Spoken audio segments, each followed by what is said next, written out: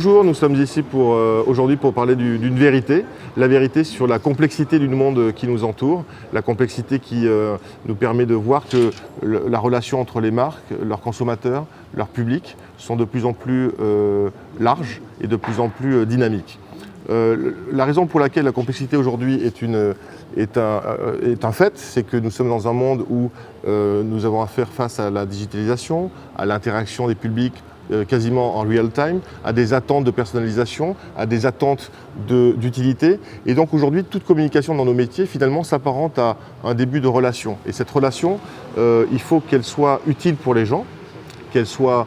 attentive, qu'elle soit réciproque. Et c'est la raison pour laquelle chez MRM, nous avons décidé de proposer une vision. Cette vision s'appelle le Real Relationship Marketing. Donc on joue sur le A, puisqu'il y a pendant 20 ans, on a parlé de Relationship Marketing. Nous avons essayé de switcher ce A pour être dans le monde du réel, le monde du real, qui nous permet effectivement d'avoir une relation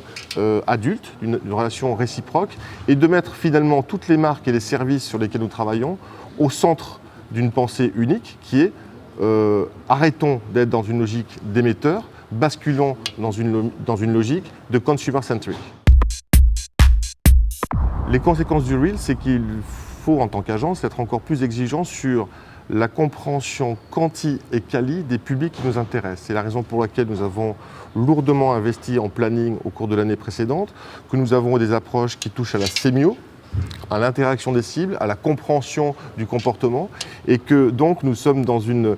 première optique qui est une optique d'écoute. Parce que pour être capable d'interagir avec ces publics, faut-il encore comprendre leurs comportements, ces comportements qui sont des comportements réels, qui sont des comportements mobiles sur un plan physique, mais aussi mobiles sur un plan mental, puisqu'on est en permanence sollicité par un ensemble de stimuli avec tous les devices qui nous entourent.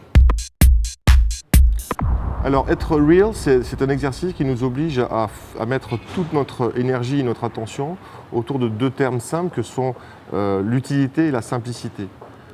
On a obligation de maîtriser la technologie, mais nous avons surtout obligation de donner du sens à la technologie et donc de prendre le dessus sur la technologie. Donc effectivement, on va parler ergonomie, on va parler interaction, on va parler real time, on va parler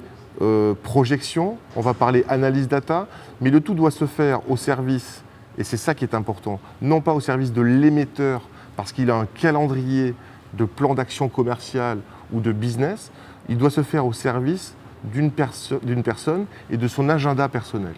Donc être utile et être simple, c'est proposer une expérience fluide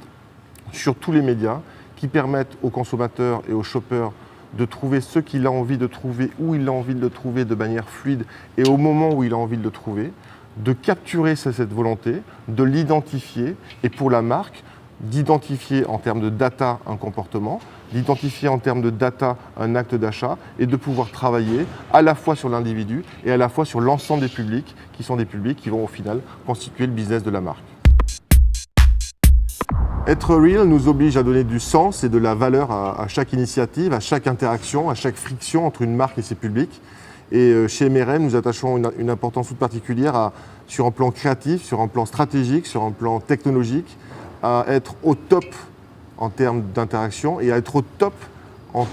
termes d'expérience. Voilà. Et le tout au service du business des marques que nous avons à gérer au quotidien.